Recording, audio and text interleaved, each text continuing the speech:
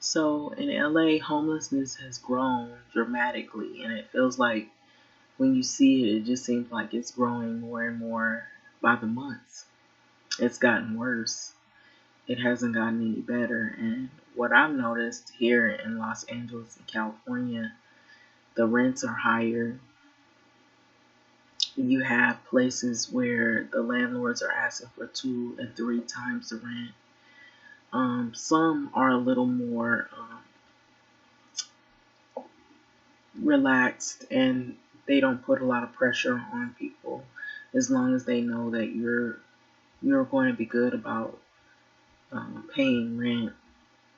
But I feel like a lot of these things have progressed since the evictions had started, when the COVID had started to come out, and people got infected, and some people had their hours cut and job losses.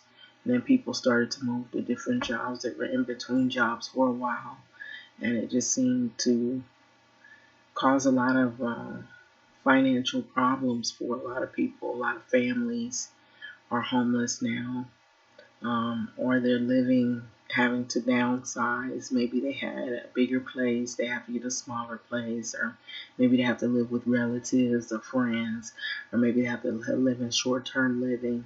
And then you have some people in a worse situation where they're homeless, completely homeless. So homeless people, they wait in LA, and Los Angeles lets thousands of federal housing vouchers go unused.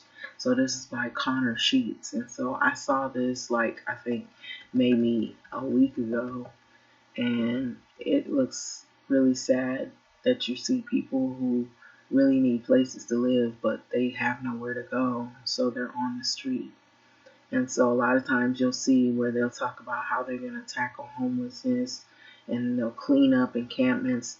But I say about within less than a day, those encampments, they start back up all over again, and they get bigger the next go around. So Yolanda Robbins' dream was finally coming true. So after 3 decades of living on Skid Row, punctuated by brief stays in hotel rooms and shelters, she was approved, this was in January, to move in an apartment where she could begin to rebuild her life again with the help from federal housing subsidy programs. So that's what they have for people trying to get back on their feet. The residents at the Hotel Alexandria had a studio available immediately, so the massive brick building began its life in 1906 as a luxury hotel and was repurposed in the mid 2000s as a mixed income apartment building. So the 50-year-old never moved in. A government agency tasked with helping people get into permanent housing bungled the opportunity. This was said by a Janine Magpante, a leasing agent for the residents at Hotel Alexandria. So the housing authority of the city of LA had to approve Robin's paperwork and do a quick inspection of the apartment, Magpante said. So this is, I believe, Yolanda Robbins, who holds a puppy. So puppy prints outside her tent on Skid Row. He's a cute puppy. So the employees at the housing authority, known as HACLA, never responded to the emails and the calls, Magpante and Robin said. So as weeks' silence turned into months, Robin fretted that she would lose a chance at a life with a roof over her head, a lock on the door, and a private bathroom with running water. So we had space at the time, and we were just waiting on HACLA to respond. So they never did, and no one came, Magpante said. So Carlos Van Nader, the agency's Section 8 director, said in an email that Robbins called the agency February the 16th and inquired about how and where to submit a form called a request for tenancy approval. So Hackler answered her questions. He said Robbins said the agency didn't provide any assistance, so she connected with a nonprofit called the Kingdom Warriors Foundation. A request for tenancy approval was filed on her behalf June the 4th, Van Nader said. Robin's request for tenancy approval was incomplete, so our staff person is working with her case manager at the nonprofit that referred her to get the inspection done. This is what he said. So in December, she received one of the 3,365 emergency housing vouchers awarded to the city of LA by the U.S. Department of Housing and Urban Development. This was July the 1st, 2021, to help get the most desperate people off the street. So instead, like the vast majority of the more than 3,000 people, as you see here, and the families who had received their emergency vouchers in LA, she remained in limbo. And so although the Housing Authority has distributed all of its vouchers, it has had little success getting recipients into permanent housing. So as of Thursday, Van Nader said only 196 emergency vouchers had been leased out in the city of LA. So meaning that people who have used them to move into homes whose landlords have received initial payment for the Housing Authority. So that's about 5.8% of the vouchers in the city that they received HUD more than a year ago. So only 3 emergency housing vouchers were leased out in the city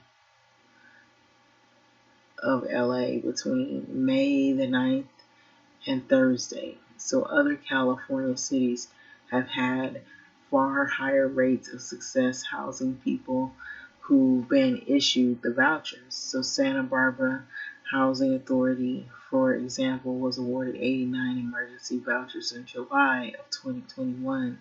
HUD granted the city 25 more because by February, the entire first allotment had been used to put people in homes.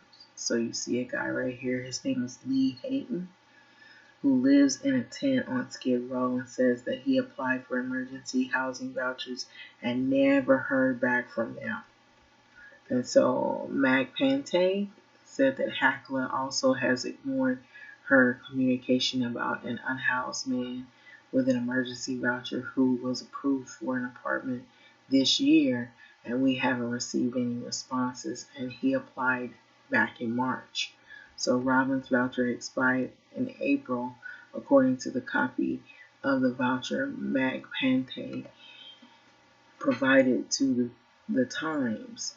So on Thursday, Van Nader said that her voucher expires September 13th, which that's coming around the corner.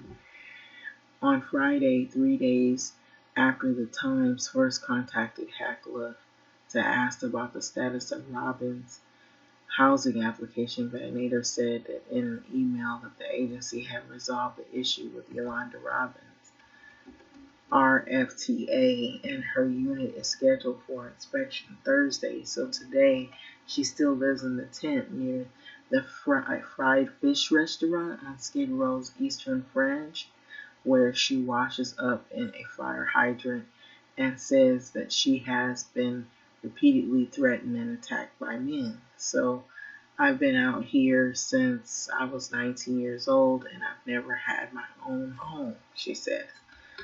So I'm glad my life didn't depend on this apartment because I would have been dead. So when HUD awarded 70,000 emergency housing vouchers to housing authorities across the U.S. in July of 2021, the Delta wave of the COVID-19 pandemic had just begun. So the economic effects of the coronavirus-related restrictions were weighing on Americans, and the local governments were struggling to meet the widespread need. So the national effort is part of the American Rescue Plan Act signed by President Biden in March in 2021. So it's an attempt to help the neediest in the society, people and families who are homeless, at risk of becoming homeless, recently homeless, are fleeing intimate violence, sexual assault, stalking, and human trafficking. So the housing subsidies are part of the federal Section 8 program and are based on recipients' income.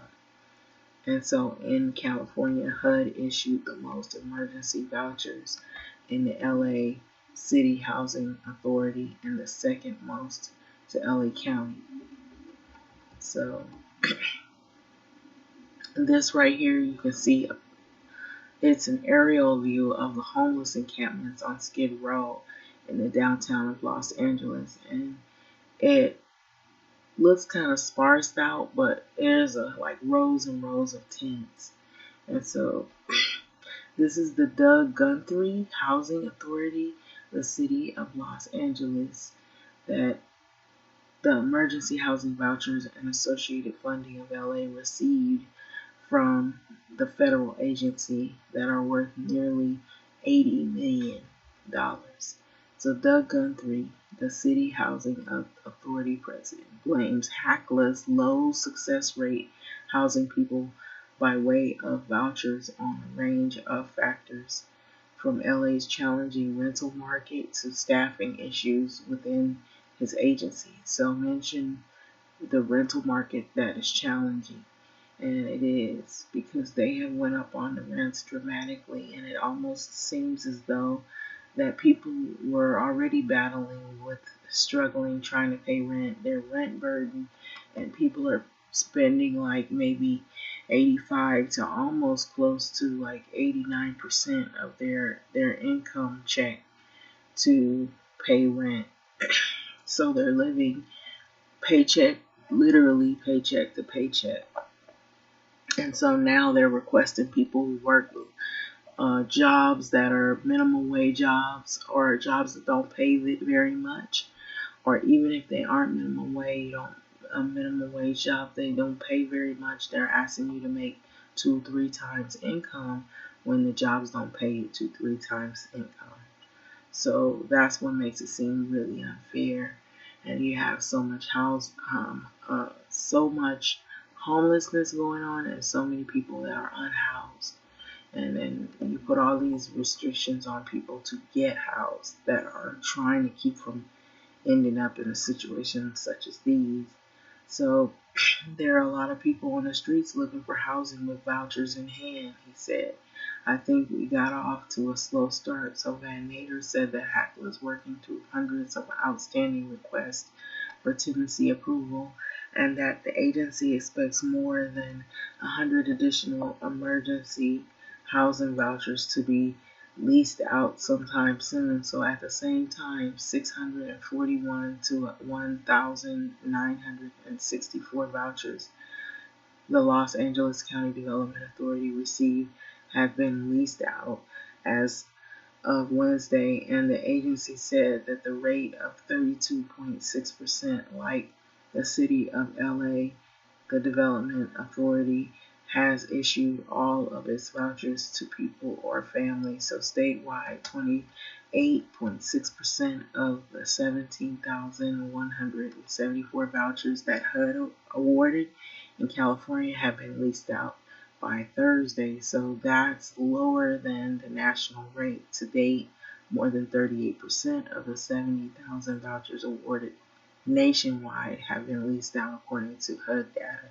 So Tracy Mann, the Development Authority's chief of programs, said that the county's low rental vacancy rate has slowed efforts to house people with vouchers. So it ultimately boils down to available, affordable units, she said. So if we had enough units to fill our available EHV voucher allocation, I'm sure we'd be half leased or more than half leased.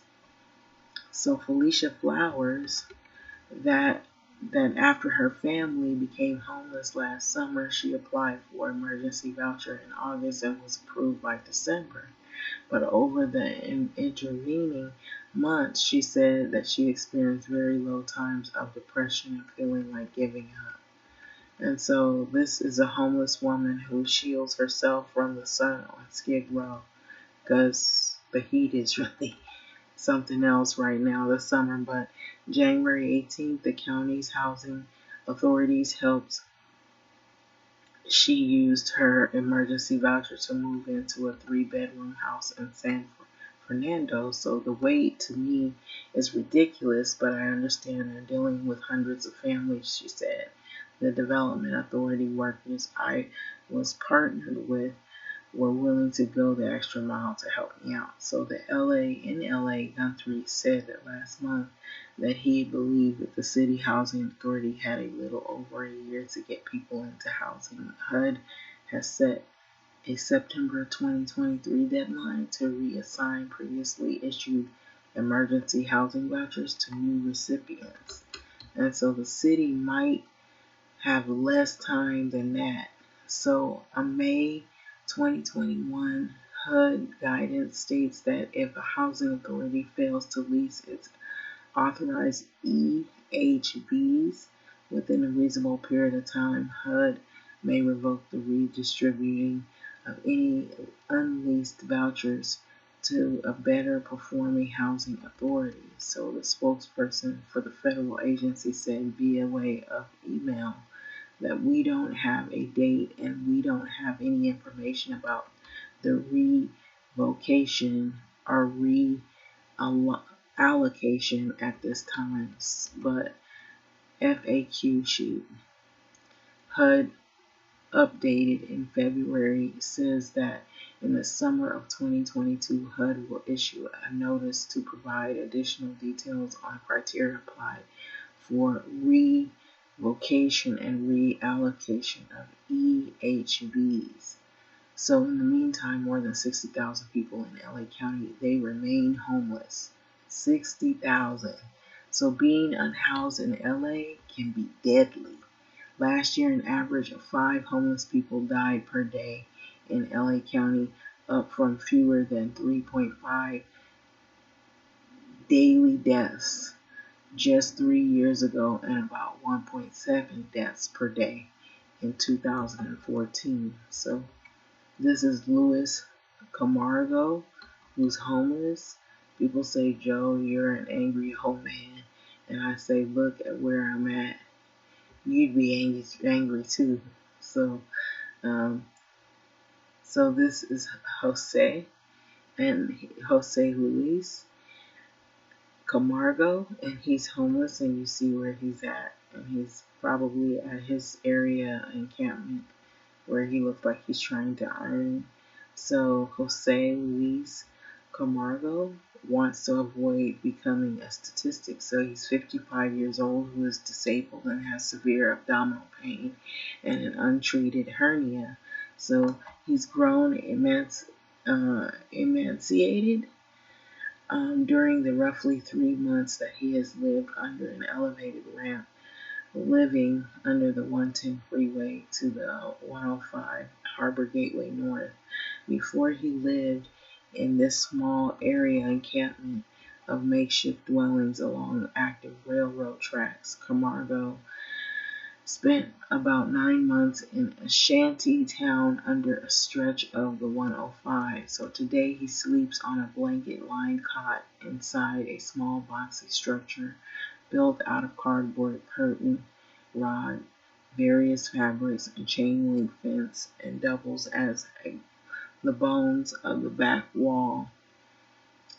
A sheet of sheer mesh draped over an oversized Maxine Waters campaign sign serves as his rooftop.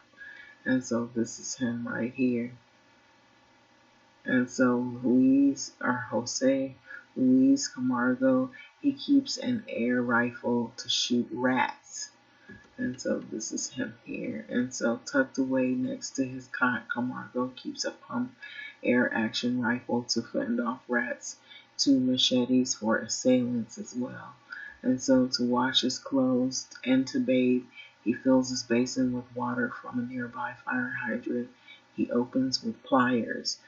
After drying his shirts and shorts on a jerry-built clothesline, he presses them with starch and a small iron. So with all my medical problems, I can't live like this.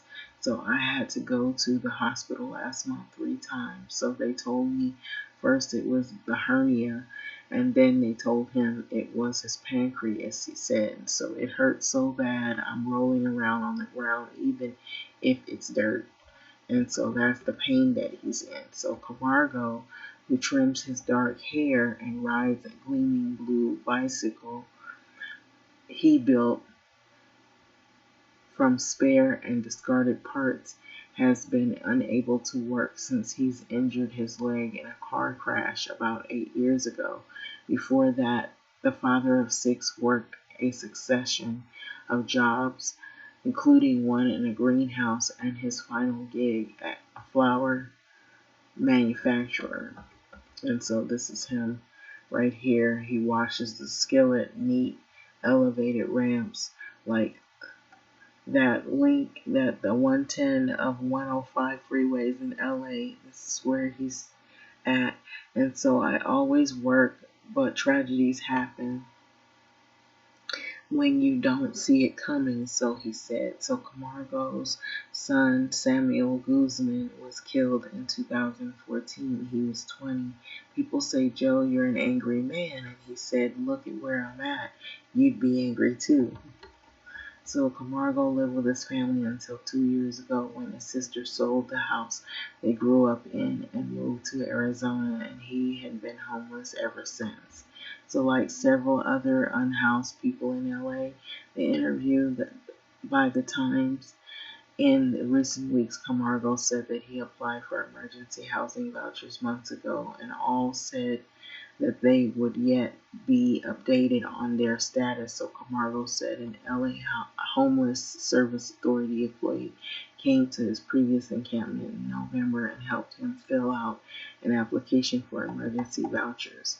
So they came and signed me up, Camargo says, but they had me fill out a paper and said that they'd be back in a week, and I never saw them again. So Ahmad Chapman, LAHSA spokesman, said by way of email that the agency works with nonprofit caseworkers to help people experiencing homeless apply for EHVs, homeless vouchers. And so once the LAHSA receives the validates the application, we send it to the Public Housing Authority. So Chapman declined comment on the Camargo's claim situation. So Van Nader disputed some of Camargo's statements. As of Thursday, Van Nader said the Housing Authority had not received a voucher application from him or Lee Hayden, a homeless man living on Skid Row, who said that HACLA helped him apply for a voucher several months ago, then did not respond to his repeated inquiries about its status. So it sounds like all of these people have had some dealings where they've tried to apply for vouchers, and just as it seemed like it was going to work out, they weren't hearing back from the people, and they didn't hear anything about whether they had gotten approved or not, or they were saying, oh, we'll be back, and they hear nothing after that. So I don't think all of these are different situations, different people. I don't believe that all of them are making the story up. So apparently something is going on where they're really backed up, and they're probably not going to work fast enough to get out to everybody who needs the vouchers. So it goes on to say that I'm not sure what happened with these two folks, but Van Nader said that we haven't received an application from either of those two people, and neither has LAHSA. And so while more than 3,000 vouchers have yet to be leased out in LA, Camargo continues to wait under the freeway where he was, cooking his meals and on a compact camping stove, and cars roar by the overhead and the deadly summer heat. It begins to rise. And so it looks like this right here, you see families, and this is what it hurts when you see stuff like this. But drive 2 hours north, west, are northwest from LA and Santa Barbara, and you'll find emergency housing voucher programs that do work. And in this case, this is an upside story where Michelle Girardi holds her daughter Brington at a Santa Barbara apartment, which she could not afford without the emergency housing vouchers. So that's what helped her. And so right here, Brington Gerard gets ready for the dance camp performance. And so when Michelle Girardi and her 3 children were given 10 days notice to move out of their home in Ojai, they had nowhere to go, so she spent more than a week calling transitional living facilities in Ventura County, but none could take them, and the best hope she had was one friend who had recommended in Santa Barbara. Girardi loaded up her kids and all the belongings that would fit in the SUV and headed out. And so it was May 30, 2021. I was basically living on a prayer, she said, and I really had no clue as to what she was going to do. I got up here and what she didn't know what was going to happen. So after a month in transitional housing, a bare room with metal bunk beds, Girardi applied for an emergency voucher.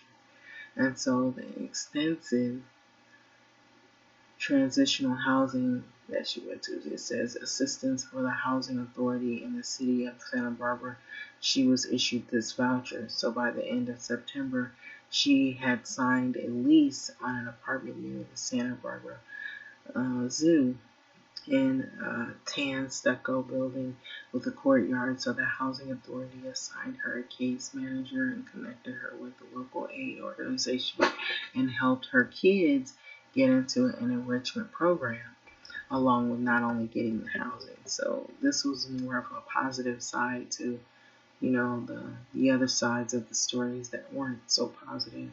So Jazzy Gerardo, who's 12 years old, takes a break in helping her sister Brenton, 4 years old, prepare a dance performance. At right is their mother, Michelle. So it's amazing the support that they give you, Gerardo said, but here you actually have light at the end of the tunnel, so you're not just stuck in this hamster wheel of social services. So Santa Barbara is a home to about 90,000 people, less than 2.3% of nearly 4 million who live in the city of LA. So Santa Barbara received 89 vouchers in July 2021. That's slightly fewer vouchers than per capita than LA received. But Rob Frederick, executive director of Santa Barbara Housing Authority, said that he knew it was going to be a heavy lift to get 89 vouchers issued and leased out quickly, but he said that the authority made it a priority, announcing generous financial incentives for landlords, working with partner organizations, and rolling out a media blitz to raise awareness of the program. So the authority helps emergency voucher recipients find available rentals and communicate with landlords as well. So the authority provides additional support after move-in, so including career development and educational assistance. So within 8 months of the program launch, Santa Barbara has leased out all of its vouchers. So in April, HUD rewarded the housing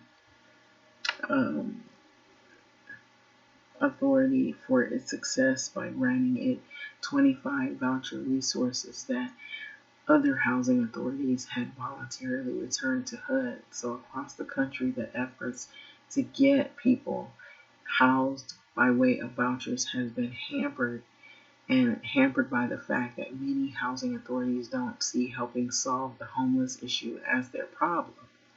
So that sounds pretty sad. So that explains a lot as to why we still see a lot of people that are just on the street. That's another reason. So Frederick said this. So Santa Barbara, which the American Riviera, with an extremely low vacancy rate of about 0.5%, if we can lease up to their or REHV vouchers, I figure you should be able to lease up anywhere else in the county, he said. So that's the original story, or there's an original story that appears in the LA Times. But if you see the faces of these people and what they're going through, these regular families, and this is not the only, that seemed like a positive sign, but everybody doesn't unfortunately get awarded the vouchers fast enough, and they still end up on the street or homeless with no place to go. And there could be other things going on as well. So, but it sounded like most of the stories that we're hearing too, when I was looking at this, it's not just people are making it up. I think things are moving slow, and it's just like what the person was saying at the end of this article, that they don't think that the housing, these people and them being homeless, is really their problem. So that's why you see this is remaining pretty much the way it is. People being unhoused and not having any place to go. And it is growing in LA. It's growing not even in LA alone, outside of LA. And I'm starting to see people, which is really sad. I recently saw somebody I actually knew that was homeless just yesterday. And I didn't have a good feeling about seeing that.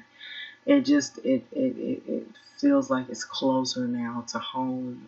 When you see somebody you know, it's different. Like when you see people you don't know, and you're like, it's sad. But now you're seeing people you know, and they're on the street. That's how you know. And it is really bad. It's really bad. I'll say for sure it's really bad here in LA with the homelessness situation, and also the rent situation. It's gone up. They have this inflation, this crazy inflation. Um, Gas is really high. I think it's been dropping now, but still not fast enough. And it seems like 3 bedrooms. What 3 bedrooms used to be like two something. You might find 3 bedrooms. Maybe you might find some 3 bedrooms that's two something. But now they're going like 3,000, 4,000 for 3 bedrooms or more. And you're paying like, it's not even, it's like a house note. It's beyond a house note. You're paying, it's like, why would you charge people that don't really make that much money that kind of rent? And they can't, what I think is crazy is here, you can't approve people to get into houses, but you can get rent from people like that.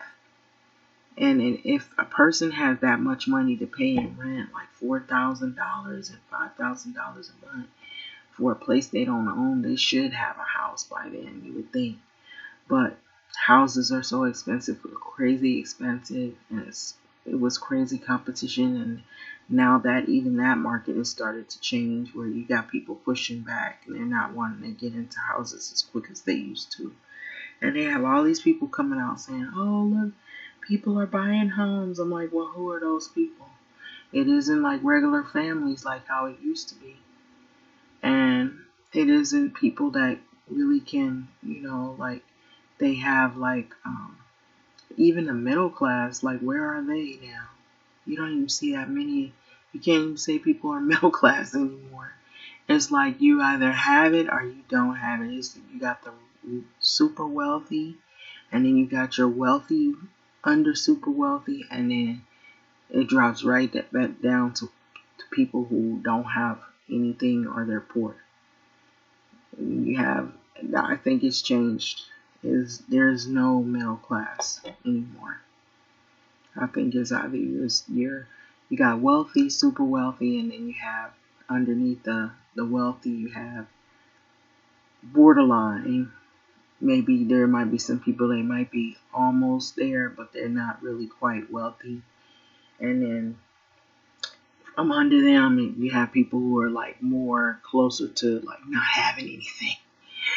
They're struggling, and then it's more of the people. It's more of the people on the end where they don't have as much. And then you have less of the people that have all this excess of financial resources. And so that's the way it is. It's so you either have it or you don't. And there's a lot of pressure for people to work more than one job because they're trying to keep a place to live, and it's really crazy. And so to have all these vouchers and you're not giving them out, and you have these people struggling, I mean, pretty soon you'll have a lot of people trying to get on those voucher programs because the rent is just ridiculous here. It is truly. Just take a look. Like if you go on apartment.com, you can see what the housing, the rental units are going for. And just take a good look, and that'll tell you right there.